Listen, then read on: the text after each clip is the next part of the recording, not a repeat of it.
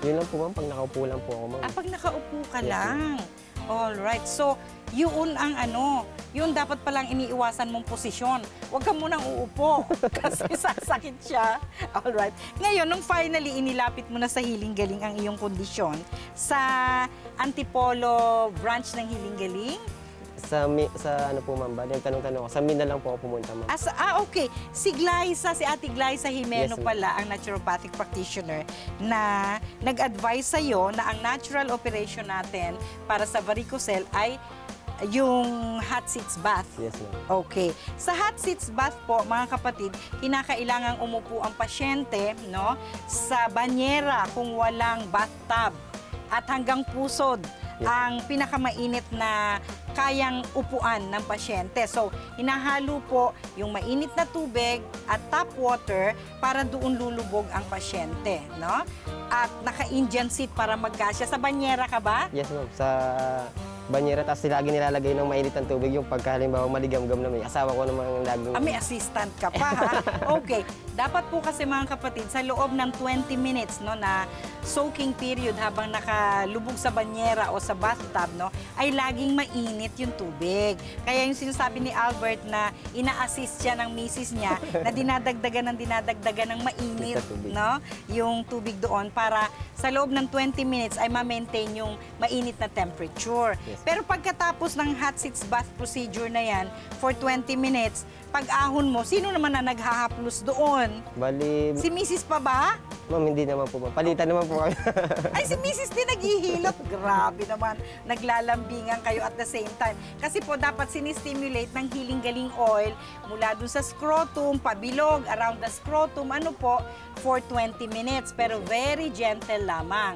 Pagkatapos nun, another 20 minutes mula sa puson, papuntang pusod, no? Yang kabuuan ng sex chakra na yan na hinihilot. Nasunod mo yon. Yes ma'am, nasunod ko po yun. At gaano kadalas mong ginagawa yon? Halos tuwing umaga ma'am, alas 9, ganun pa. Bago ka pumasok sa trabaho? Yes ma'am, lagi kong hinihilot po namin yun ma'am, halos. Pati Namin talagang may katuwang kasi misis. At syempre, kasi medyo matagal, dahil may kasabay na luslos. Yes ma'am, Saan ba tumubo ang luslos? Sa kaliwa o sa kanan? banda dito ma'am. Sa kanan. Yes. So pag may kasabay na luslos naman po, hinahatak yon ng Healing Galing oil mula dun sa singit na yon kung saan nakabukol Yes. yung luslos. Tapos hahatakin po yun ng very gently at kailangan po parang itinataas nyo yung bukol pabalik.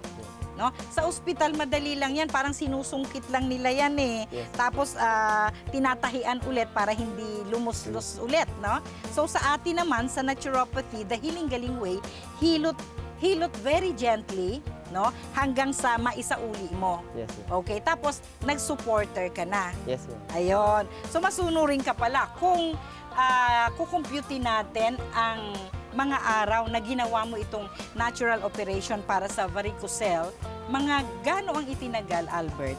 Halos na 2 weeks lang po yun eh. Okay 2 na po weeks siya. lang? Yes ma'am. Aba, sa once a day? Yes ma'am. Aba, tapos sinabayan mo ng herbal serpentina Yes, ma'am. tablet kasi. Ang herbal serpentina tablet po, mga kapatid, ay para sa pamamaga, no? At herbal antibiotic, all-around antibiotic natin ang serpentina. Kung meron po kayong halaman nito, hindi nyo na kailangan yung tableta. Pareho din po ang effect nun. Pero sinabayan po ni Albert ng pag-inom ng healing food tablets, no? Para lumakas ang immune system mo at mapaglabanan mo yung karamdaman ng mas mabilis. And yung herbal vitamins B1, B6, B12, ininom din po ni Albert. At para mas mapabilis ang paglambot ng varicocele, yung herbal calcutab. Yung kalko ito bang pinakamabisa din ma'am. Oo, naku, sinabi mo pang pinakamabisa. Alam Kasi niyo yung po ba na bukol mo. nag-out of stock na kami sa herbal calcutab? Sinabihan mo pang napakabisa. Bakit mo sinabi yon? Ayun yung pinakabukol niya ma'am, biglang parang pinong-pino na siya na parang madulas na. Lumiit. Lumiit na siya, nawala na siya ma'am. Oo. Tapos bumalik na siya ma'am. sa Totoo dati. po yun, no? Ang mga bukil, bukol, damukol ay lumalambot, no? Sa pag-inom ng herbal calcutab. Pero pinayuhan ka rin kasi ni Ate Glyza ng Opo. tamang pagkain. Yung hydrating diet, no? At pag lumambot na kasi yung mga bukol, sa pag-inom ng herbal calcutab at saka maraming warm water, maraming hydrating foods, di ba? Pag hinilot mo ng Healing Galing Oil, lalong lumiliit yon at nag-i-induce ng magandang circulation sa affected area. So, in 2 weeks time, mga kapatid, no, ay nagawa ni Albert na maoperahan ang kanyang sarili sa varicocele at sa luslos. No? Yes, Kasama na yon sa pagsasagawa lamang ng regular na hot seats bath procedure, kasama ang Healing Galing Oil, siyempre sa paghahaplos sa natural operation at itong mga Healing Galing products na nabanggit ko. Para ka ng doktor ngayon, ha? Pagka may mga kaibigan ka na may varicocele, pwede nang kumonsulta sa'yo, ganun ba? Yes, ma'am. Papayuhan ko rin about sa experience ko, ma'am. At salamat na rin po sa Healing Galing, ma'am. Ang pagiging tatay mo, kasabay ng pagkakaroon ng varicocele, naapektuhan ba?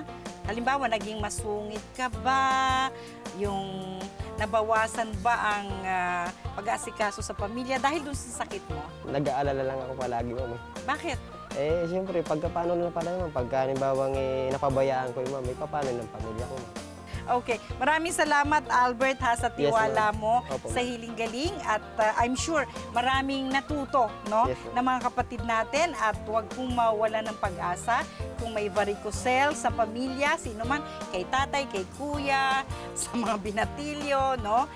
At takot sa operasyon, meron pong natural na paraan, no, para matanggal yan. At ito si Albert po ang nagpapatunay na naranasan niya yan, ang Healing Galing gamutan, no, natural operation para sa varicocele, kasama na po yung kanyang luslos. Maraming salamat, Maraming Albert. salamat po, ma'am. At sana po ay natuto kayo sa isa na namang episode pang tatay. Ayan, maraming salamat at Happy Father's Day sa ating mga tatay, sa lahat ng haligi ng tahanan. Happy Father's Day. At sa mga katulad kong natay, no, ay ang pagbati po para sa inyo ang araw na ito. At ako po si Dr. Edinel Calvario na lagi nagpapaalala, kapatid, may hatid na kalusugan, ang lunti ang kalikasan. Happy healing morning! Oh, thank you. Thank you. Healing Galing! Ang epilepsy, mga kapatid, ay pang-apat na pinaka-common na neurological disorder sa buong mundo. At naapektuhan po nito ang kahit sino at kahit anong edad, no? Walang pinipili po. At isa pa, wala pong cure sa epilepsy. Pero may magandang balita tayo. Dahil meron po tayong kapatid, bulilit pa po ito, noon ay may epilepsy. Pero ngayon, magaling na po ngayon sa tulong ng Healing Galing. Paano napagaling ang epilepsy sa natural na paraan? Alamin kay Dr. E sa mas pinaagang Healing Galing sa TV. Linggo, alas 7 ng umaga sa TV5.